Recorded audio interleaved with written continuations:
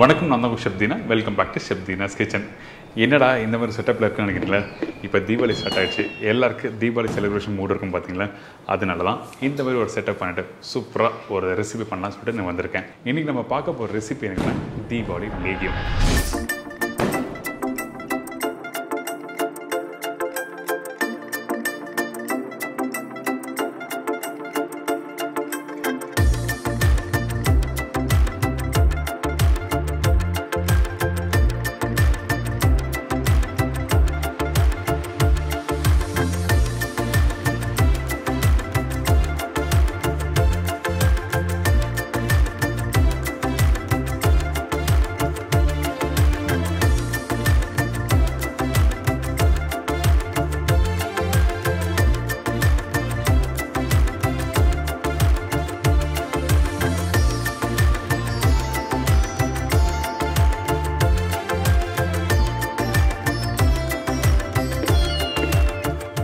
எல்லாருக்கும் தீபாவளி எதுக்காக பிடிக்கும் அப்படின்னு சொல்லிட்டு ஒரு ரீசன் இருக்கும் பார்த்தீங்களா?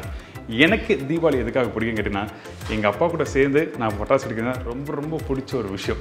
நார்மலாக வந்து ஒரு 7லேருந்து 8 மணிக்கு தான் எழுந்துப்பேன். ஆனால் தீபாவளி அன்றைக்கி பார்த்தீங்கன்னா 4 மணிக்கு முழிப்பு வந்துடும். ஏன் கேட்டால் அக்கம் பார்த்தா டமா டிமின்னு வெடிப்பாங்களா? ஸோ நம்மளும் பட்டாசு எடுக்கணும்னு சொல்லிட்டு ஆசையாக ஓடுவேன். எங்கள் அப்பா அப்படியே பிடிச்சி எடுத்து வந்துடுவார். காலைல எண்ணெய் தேய்ச்சி குளிச்சுட்டு சாமி கும்பிட்டு சாப்பாட்டெலாம் சாப்பிட்டு முடிச்சு போய் தான் பட்டாசு வெடிக்கணும்னு சொல்லுவாங்க. ஆனால் இருந்தாலும் அந்த 2 மணி நேரம் இருக்கு பார்த்துங்க, என் கால் குதிக்கும். ஸோ இந்த மாதிரி ஒரு மூமெண்ட் வந்து எனக்கு தீபாவளிக்கு ரொம்ப ரொம்ப பிடிக்கும். இந்த மாதிரி விஷயம் உங்களுக்கும் இருக்கும் பார்த்தீங்களா?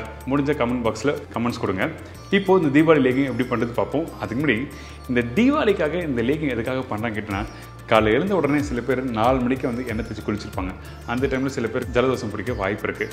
அதனால இந்த மாதிரி லேகிங் சாப்பிடுவாங்க. அது மட்டும் இல்லை, தீபாவளி அன்றைக்கி பார்த்தீங்கன்னா லெஃப்ட்டு ரைட்டுன்னு சொல்லி இனிப்பு காரம் நான்வெஜ் வெஜ்ஜுன்னு சொல்லிட்டு நல்லா வெளுத்து கட்டுவாங்க. ஸோ சில பேருக்கு வந்து ஜீரண சக்தி சரியாக இருக்காது, அதாவது டைஜஷன் ப்ராப்ளம் வரும் பார்த்தீங்களா? அந்த டைமில் இந்த மாதிரி லேகிங் சாப்பிட்லாம். தீபாவளிக்கு மட்டும் தான் சாப்பிடணுமா சொல்லி கேட்டிங்கன்னா அப்படிலாம் இல்லை, நீங்கள் எப்போனா சாப்பிட்லாம். உங்களுக்கு இந்த மாதிரி டைஜஷன் ப்ராப்ளம் கோல்டு இந்த மாதிரிலாம் பிடிக்குதுன்னா ஸோ அப்போல்லாம் வந்து இந்த லேகியம் சாப்பிட்டா உடம்புக்கு நல்லது. இப்போது இந்த ரெசிபிக்கு தேவையான பொருட்கள் நம்ம பார்த்தலாமா? இந்த ரெசிபிக்கு தேவையான பொருட்கள்: மிளகு 60 கிராம், ஓமம் 120 கிராம், ஜாதிக்காய் 1/2 டீஸ்பூன், ஏலக்காய் 10 நம்பர், லவங்கம் 8லேருந்து 10 நம்பர், அரிசி திப்பிலி 1/2 டீஸ்பூன், மேஸ் 5 நம்பர், சுக்கு சிறிய துண்டு, கந்தந்திப்பிலி 8லேருந்து 10 நம்பர், வெல்லம் 1 கப்பு, நெல்லெண்ணெய் ஒரு 50 ml, நெய் 3 டேபிள் ஸ்பூன், சித்திரத்தை சின்ன துண்டு. இதாங்க இந்த ரெசிபிக்கு தேவையான பொருட்கள். இந்த மாதிரி ஸ்பைசஸ்லாம் எங்கே கிடைக்குன்னு கேட்டிங்கன்னா, உங்கள் வீட்டு பக்கத்தில் இருக்க நாட்டு மருந்து கடை இருக்குல்ல, அங்கே போனால் கண்டிப்பாக கிடைக்கும். இந்த லேகியம் பண்ணும்போது நம்மக்கிட்ட இருக்க இந்த ஸ்பைஸ் எல்லாத்தையும் வந்து நம்ம வறுக்க போகிறோம். அதாவது நீங்கள் தனித்தனியாக வறுக்கலாம், அப்படி இல்லைனா நீங்கள் மீடியமான ஃப்ளேம் வச்சுட்டு ஸ்லோவாக நல்லா வறுத்தெடுத்துருங்க. இப்போது நம்மக்கிட்ட இருக்க எல்லா ஸ்பைஸும் இதில் போடுறோம். சுக்கு நீங்கள் வந்து இந்த மாதிரி இடித்து போட்டால் ரொம்ப நல்லாயிருக்கும். அப்படி இல்லைன்னா நீங்கள் பவுடராக யூஸ் பண்ணால் கடைசியாக யூஸ் பண்ணுங்கள். அதே மாதிரி இந்த நட்மேக் வந்து உடச்சி போட்டால் வறுக்கிறது ஈஸியாக இருக்கும். இதுக்கு பிறகு மிளகு. இந்த மிளகு கரெக்டாக நான் சொன்ன குவான்டிட்டி நான் எடுத்து வச்சுருக்கேன். லவங்கம், முழு ஏலக்காவை ஒரு 10 ஏலக்காய் நீங்கள் எடுத்து யூஸ் பண்ணிக்கலாம்.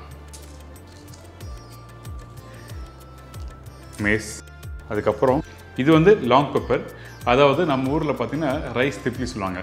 இதிலே போட்டு வறுக்க ஆரம்பிச்சிடலாம். இந்த ஸ்பைசஸ் இதில் போட்டு ஸ்லோ ஃப்ளேமில் நல்லா வறுக்க ஆரம்பிச்சிருங்க. அதாவது ஸ்லோவாக நீங்கள் வறுத்தா தான் உங்களுக்கு அந்த வாசனை நல்லா வரும். அதாவது அந்த ஸ்பைஸோட அரோமா எல்லாமே நல்லா வரணும்னா இந்த மாதிரி ஹை ஃப்ளேம் வச்சு குக் பண்ணக்கூடாது எப்போவுமே. இப்போ இது ரெடி ஆகிடுச்சு. ரெடி ஆனதை நம்ம என்ன பண்ணுறோம்னா இதை அப்படியே இன்னொரு பவுலில் மாற்றிடலாம்.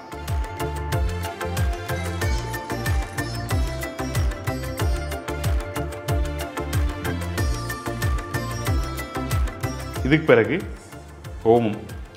ஓமம் வந்து எதுக்காக நான் வந்து கடைசியாக வறுக்கிறேன்னு கேட்டிங்கன்னா, இந்த மாதிரி ஸ்பைசஸோட போட்டு வறுக்கும் போது கொஞ்சம் டைம் எடுக்கும். அந்த ஓமம் வந்து ரொம்ப நேரம் நீங்கள் வறுத்துட்டிங்கன்னா கண்டிப்பாக வந்து அந்த லைட்டாக அந்த கசப்பு தன்மை வரும். அதுக்காக தான் நம்ம என்ன பண்ணுறோம், தனியாக வறுத்து நீங்கள் எடுத்து மிக்ஸ் பண்ணால் ரொம்ப நல்லாயிருக்கும்.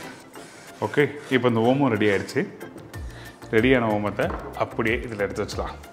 அவ்வளோதான்.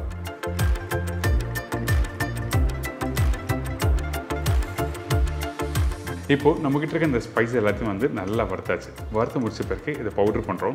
இது பவுடராகவும் பண்ணலாம், அப்படி இல்லைன்னா கொஞ்சம் தண்ணி ஊற்றி அரைக்கலாம். இந்த பவுட்ரு பண்ணுறது கொஞ்சம் கஷ்டமாக இருக்கும். முடிஞ்ச அளவுக்கு நல்லா ஃபைன் பவுடரை அரைச்சிட்டு அதுக்கப்புறம் குக் பண்ண ஆரம்பிங்க. அப்படி பவுட்ரு பண்ணுறது கஷ்டமாக இருக்குன்னு நினச்சிங்கன்னா அந்த டைமில் கொஞ்சமாக தண்ணி ஊற்றி மெதுவாக கொஞ்சமாக அரைச்சிங்கன்னா நல்லா ஃபைன் பேஸ்ட் கிடச்சிரும். இப்போது இந்த பவுடர் அரைச்சிட்டு உங்களுக்கு காமிக்கிறேன். இப்போ நம்ம ரெடி பண்ணி வச்சுருக்க அந்த பவுடர் எல்லாமே ரெடி ஆகிடுச்சு. பார்த்தீங்களா, ஃபைனாக இந்த மாதிரி நல்லா ரெடி பண்ணி வச்சுக்கோங்க.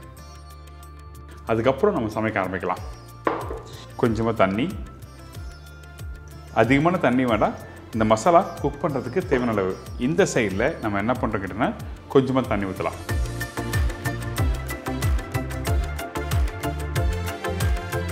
இப்போது இந்த கடாயில் குடிசை கட் பண்ணி வச்சுருக்க அந்த வெல்லம் எதுக்காக இந்த மாதிரி பண்ணுறேன்னு கேட்டிங்கன்னா இதில் பாவு எடுக்கிற பக்கம் அந்த மாதிரிலாம் எதுவுமே இல்லை. பட் இருந்தாலும் வெல்லத்தில் கண்டிப்பாக மண் இருக்கும்.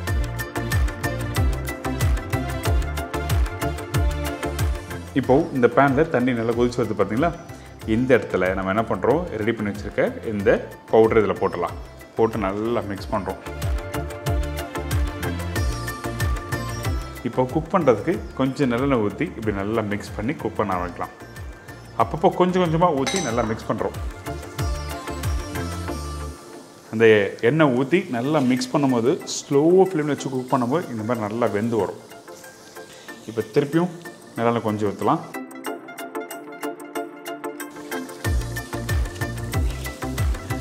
இப்படி நல்லா பிறண்டு வரணும். பார்த்தீங்களா, அப்படியே சேர்ந்து வரும். அப்படி கரண்டில் எடுக்கும்போது இப்படி சேர்ந்து வரும். இந்த மாதிரி தான் வரணும் நீங்கள் வீட்டில் பண்ணும்போது. இது குக் பண்ணுறதுக்கு குறைஞ்சபட்சம் ஒரு 10லேருந்து ஒரு 15 நிமிஷம் எடுக்கும். மேபி வந்து ஒரு 5 நிமிஷம் எக்ஸ்ட்ரா ஆகலாம். நீங்கள் எப்படி அந்த அடுப்போட ஃப்ளேம் எப்படி வச்சு குக் பண்ணிடலோ அதுக்கேற்ற மாதிரி கொஞ்சம் டைம் மாறும். இப்போது இது என்ன பண்ணுறேன்னா இதை அப்படியே ஸ்லோ ஃப்ளேமில் அடுப்பை வச்சுட்டு வெல்லம் சிரப்பு, இந்த வெல்லம் தண்ணியை இதில் எடுத்து ஊற்றுறோம். அவ்வளோதான். ஃபுல் ஃப்ளேம் வச்சு நல்லா மிக்ஸ் பண்ணுங்கள். கொஞ்சம் கெட்டியாவது டைம் எடுக்கும். இந்த மாதிரி நல்லா மிக்ஸ் பண்ணி நல்லா குக் பண்ண ஆரம்பிச்சிங்கன்னா கரெக்டான டெக்ஸ்ட் வந்துடும். தள்ளன்னு இருக்கும். சூடு ஆறின பிறகு பார்த்தீங்கன்னா இந்த லேகி ரெடியானோடனே உருண்டை மாதிரி பிடிச்சி வச்சு அப்படியே எடுத்து கொடுப்பாங்க. இப்போ இந்த லேகியும் ரெடி ஆகிடுச்சு. கடைசியாக நம்ம என்ன பண்ணுறோம், இந்த மாதிரி லைட்டாக அந்த எண்ணெய் மேலே தள்ள ஆரம்பிக்கும். அப்போது நம்மக்கிட்ட இருக்க இந்த நெய் இருக்குது பார்த்தீங்களா, இந்த நெய்யை அப்படி லைட்டாக அப்படியே மேலே போட்டு மிக்ஸ் பண்ணி அப்படியே எடுத்து நல்லா சூடு ஆறின பிறகு எடுத்து சாப்பிடுங்க. பார்த்தீங்களா, இந்த மாதிரி தான் வரணும். இது வந்து மேலே நிறைய நெய் இருக்குது, எண்ணெய் இருக்குதுன்னு சொல்லிட்டு பார்க்க வேண்டாம். இந்த மாதிரி இருந்ததுன்னா கெட்டு போகாது. அதனால தான் வந்து மேலே நல்லெண்ணெய் யூஸ் பண்ணியிருக்கேன், கடைசி நெய் யூஸ் பண்ணியிருக்கோம். ஒரு டப்பாவில் போட்டு சூடு ஆறின பிறகு நீங்கள் ஃப்ரிட்ஜில் வச்சுட்டு எப்போலாம் நீங்கள் இந்த மாதிரி லேகிங் சாப்பிடணும்னு நினைக்கணும் அந்த டைமில் நீங்கள் சாப்பிட்லாம்.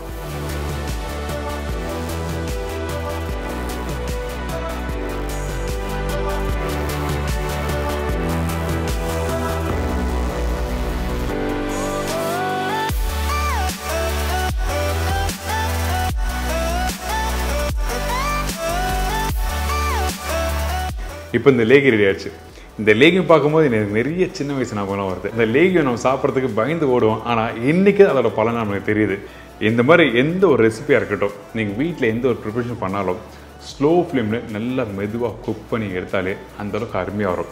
இந்த உருண்டையை நீங்கள் ரெடி பண்ணி முடித்த பிறகு அப்படி வாயில் போட்டு சாப்பிட்டு முடிச்சுட்டு அன்றைக்கி நீங்கள் என்ன வேணால் சாப்பிட்லாம். நல்ல ஸ்வீட்ஸோ காரமாக நல்லா சாப்பிட்டாலும் ஒன்றுமே ஆகாது. அந்தளவுக்கு ஒரு அருமையான தீபாவளி லேகியம். என்னோடய பாட்டி இந்த லேகியம் பண்ணி முடித்த பிறகு ரொம்ப டயர்டாக வருவாங்க. அந்த டைமில் நம்மளுக்கு ஒரு காஃபி ரெடி பண்ணி தருவாங்க. அந்த காஃபி எனக்கு கிடைக்க மாட்டேது. அது என்ன கேட்டிங்கன்னா நல்ல ஒரு ஃபில்டர் காஃபி, பர்ஃபெக்டான ஒரு ஃபில்டர் காஃபி சாப்பிட்னா கொஞ்சம் லைட்டாக ஸ்வீட்டு கொஞ்சம் பிட்டர்னஸ் இருந்தால் மட்டும்தான் அந்த ஃபில்டர் காஃபி நல்லாயிருக்கும். இந்த மாதிரி ஃபில்டர் காஃபி எங்கே கிடைக்குது அப்படின்னு நினைக்கிறீங்களா? கண்டிப்பாக கிடைக்குதுங்க. வாசனைக்கு உண்மையிலே நம்முடைய பழைய மறந்து போன விஷயங்களோட எண்ணத்தை தூண்டிவிடக்கூடிய சக்தி இருக்குது. தீபாவளிக்கு லேகியம் மாதிரியே ஒரு பர்ஃபெக்டான ஃபில்டர் காஃபி நம்முடைய பழைய நினைவுகளை கொண்டு வரும். எப்படி ஒரு கரெக்டான ஒரு லேகியம் செய்ய தேவையான பொருள் தேடுறோமோ அதே போல் ஒரு நல்ல ஆத்தென்டிக்கான ஃபில்டர் காஃபி நானும் தேடியிருக்கேன். ஆனால் இனிமேல் இல்லை.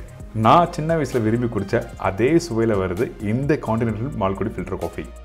இந்த கான்டினென்டல் மால்குடி ஃபில்டர் காஃபி ட்ரெடிஷ்னலான மெத்தடில் ஃபாலோ பண்ணி செய்கிறாங்க. மெதுவாக வறுத்து அரைக்கிறதுனால தான் இந்த கான்டினென்டல் மால்குடி ஃபில்டர் காஃபி அவ்வளோ அரோமேட்டிக்காக இருக்குது. தீபாவளி லேகியம் மாதிரியே இவங்க பார்த்தீங்கன்னா தேர்ந்தெடுக்கப்பட்ட காஃபி பீன்ஸ்லேருந்து இந்த கான்டினென்டல் மால்குடி ஃபில்டர் காஃபி செய்கிறாங்க. இந்த அற்புதமான வாசனை உள்ள டிகாஷனில் செய்கிற filter coffee super thick and flavourful.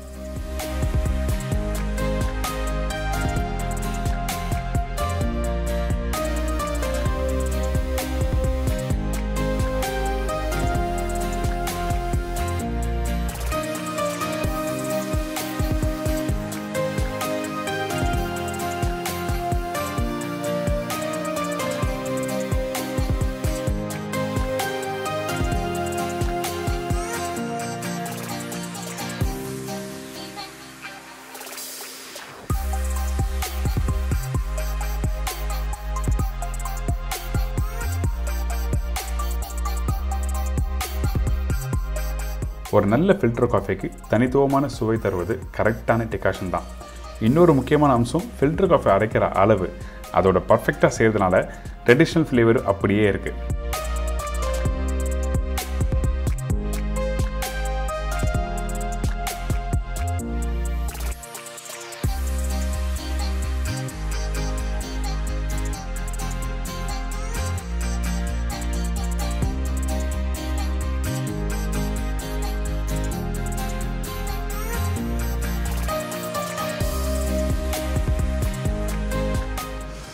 Super. நான் சொன்ன மாதிரி அந்த ஒரு காஃபி சாப்பிடும்போது அந்த லைட்டாக அந்த கசப்பு தன்மை, கொஞ்சம் அந்த ஸ்வீட்னஸ் எல்லாமே இருந்தால் தான் அந்த ஃபில்டர் காஃபி நடக்கும் சொன்ன பார்த்தீங்களா, அதே மாதிரி தான் இருக்குது. அந்த டிகாஷன் உங்களுக்கு கரெக்டாக இருந்தால் மட்டும்தான் அந்த ஃபில்டர் காஃபி சாப்பிட்ற ஒரு ஃபீலை கிடைக்கும். அதுதான் கான்டினென்டல் மால்குடி ஃபில்டர் காஃபி. அந்த காஃபி பவுடரும் அந்த சிக்கரி பவுடரும் கரெக்டான அளவில் ப்ராப்பராக மிக்ஸ் பண்ணியிருக்காங்க. அதனால தான் இந்த ஃபில்டர் காஃபி க்ரீமி டேஸ்டி திக்னஸோடு இருக்குது. அது மட்டும் இல்லைங்க, என்னோடய பாட்டிமா போட்டு தர மாதிரி இருக்குது. அந்தளவுக்கு ஒரு ஃபேன்டாஸ்டிக்கான காஃபி. இந்த அனுபவத்தை கொடுத்த கான்டினென்டல் மால்குடி ஃபில்டர் காஃபிக்கு தேங்க்யூ. நீங்கள் ஏன் வெயிட் பண்ணுறீங்க? உடனே கடையில் வாங்கி ட்ரை பண்ணி பாருங்கள். அந்த அளவுக்கு ஒரு ஃபேன்டாஸ்டிக்காக இருக்கும். இந்த தீபாவளி கண்டிப்பாக உங்கள் ஃபேமிலி மெம்பரோட சேஃபாக ஜாலியாக என்ஜாய் பண்ணுங்கள். இனிய தீபாவளி நல்வாழ்த்துக்கள். See you, bye-bye. Take care.